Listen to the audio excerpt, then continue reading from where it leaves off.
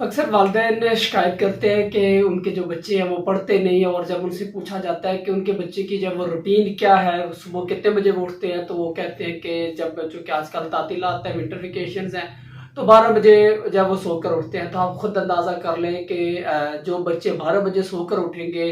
उन्होंने फिर पढ़ना क्या, स्टडी को क्या टाइम देना है। तो बच्चों की रूटीन चाहे बेशक वेकेशंस हैं, जब वो ख़राब ना करें, बच्चों की प्रॉपर रूटीन जब वो रखें, उन्हें जब वो प्रॉपर टाइम पर उठाएं, प्रॉपर जब टाइम पर जब वो सोने के लिए जब वो भेजें, ताकि वो अपनी रूटीन ख़राब ना करें। जिस बच्चे ने आधा दिन सोते हुए गुजार लेना है, तो उससे डेफिनेटली उसने जब कुछ भी नहीं पढ़ना, और फिर बच्चों को ख़राब करके, उनकी रूटीन ख़राब करके, फिर तालीमी इदारों और टीचर पर जब वो बोझ डाला जाता है और उनसे तौक़ुआत की जाती है कि शायद उनके पास कोई जादू है जिससे जब वो उनके बच्चों को फ़ौरन ठीक कर दिया जाएगा। तो जब तक आप अपने घर की रूटीन, अपने जब घर में बच्चों को जब वो प्रॉपर टाइम में देते हुए उनमें स्टडी का जब वो एक शौक़ नहीं पैदा करेंगे बचपन से ही, तो आप जब वो किसी सूरत भी उम्मीद ना रखें कि कोई भी तालीमी इदारा, कोई भी टीचर आपके बच्चे को जब वो ठीक कर सकता है। तो चाहे वेकेशन हो या नॉर्मल रूटीन हो, आप अपने जब वो घर की रूटीन, अपने बच्चों की रूटीन जब वो स्टडी की जब वो डिस्टर्ब ना करें, प्रॉपर रखें, इन टाइम उन्हें उठाएं,